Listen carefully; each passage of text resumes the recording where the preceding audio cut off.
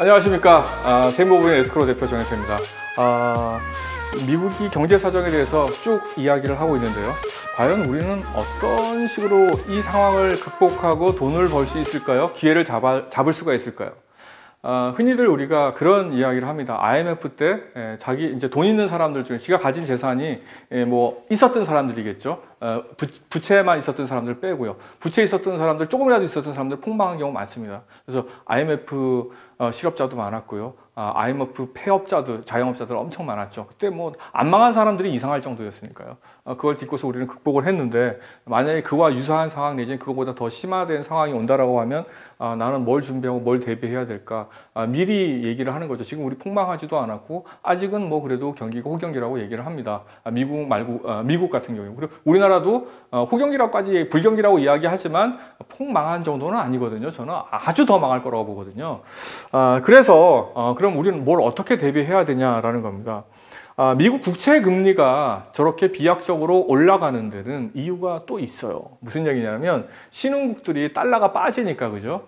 안전자산을 선호하게 돼요. 그래서 미국 국채를 매입을 합니다. 그런데 어떻게 해요? 장기 국채 위주로 매입을 했다라는 얘기예요. 근데 저는 장기 국채를 매입할 걸 권하지 않고요. 이 상황이 오래가지 않을 거다라는 거고요. 그리고 저는 지금 주식 시장에 투자해야 되나요? 금에 투자해야 되나요? 저는 다 망한다고 봅니다. 미국 국채 중에서 뭐 일본도 괜찮습니다. 미국 국채 중에서 단기채에 투자하는 게 맞다고 봅니다. 단기채는 보통 한 2년 정도 만기죠. 지금부터 2년이면은 미국 경제가 완전히 폭망하는 때. 근데 미국 경제가 폭망하더라도 디폴트를 선언할 일은 없어요. 그렇기 때문에 안전해요. 안전하기 때문에 지금 단기채 이자가 금리 역전 현상 때문에 이자율도 많이 받는 상황이죠. 달러로 이자를 받으면서 단기 채권을 달러로 이자를 받으면서 기다리자. 그리고 2년 후에는 이거를 달러로 환전을 했을 경우에 그거를 이제 우리나라 원 달러의 환율은 폭등해 있겠죠, 그죠? 우리 IMF 같은 상황을 보면은, 그러면 달러로 이자를 받아서 잘 놔뒀고 그 다음에 달러로다가 이 채권을 팔아서 달러를 받아 놓으면은 그 돈은 다시 원화로 환전했을 때 엄청나게 가치가 있을 겁니다. 이 가치 있는 돈을 어떻게 해야 됩니까? 그때 폭망한 주식이나 부동산에 투자하는 겁니다. 제가 아는 사람 중에서요, IMF 때 미국 시민권자인데, 이 사람은 한 30만 달러? 그 돈을 가지고 와서 우리나라에서 4년 후에 이 사람 100억 재산을 가지게 됩니다. 어떻게 그게 가능했냐? 그러면 한 4년, 5년 동안에 한 30배 내지 이 정도 수익을 얻은 건데요. 그거 가능했어요. 다시 얘기하면, 그 사람 얘기 잠시 할게요, 그러면. 그 사람은 환전을 하니까 그 당시 우리나라 돈으로 한 7억 정도, 그때 환율이 2,700억까지 갔는데 적이 있었어요. 우리나라 돈으로 한 7억 정도가, 30만 불인데 7억 정도가 환전이 됩니다.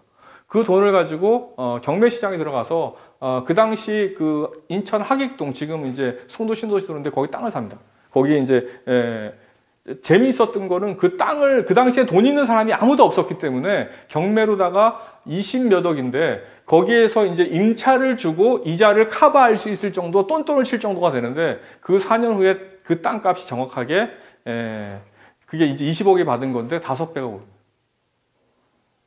자기가 실질적으로 투자하면 지금 환율로 치면 3억 정도 되는 돈을 가지고 100억까지 가는데 채 4년이 걸리지 않았어요. 자, 이런 상황을 저는 가정을 하고 미국 단기채를 사면 이걸 가지고 나중에 우리나라 폭망한 경제에서 우리나라에도 되게 도움이 되는 거죠. 미국 달러를 가지고 와서, 그죠? 그거를 우리나라 부동산을 삼으로 인해 가지고 부동산이 거래가 되면 부동산 가격도 오르게 되죠. 우리나라 경제 안정화에 도움이 됩니다. 그렇기 때문에 내가 이 상황을 정확하게 인식하고 그 다음에 내가 어떤 포지셔닝을 취할 거냐에 따라 가지고 본인의 삶도 개선되고 국가에도 이득이 되는 겁니다. 그래서 이런 상황들을 잘 이해하고 투자 방향을 세우시기를 권합니다. 오늘 여기까지 하겠습니다. 고맙습니다.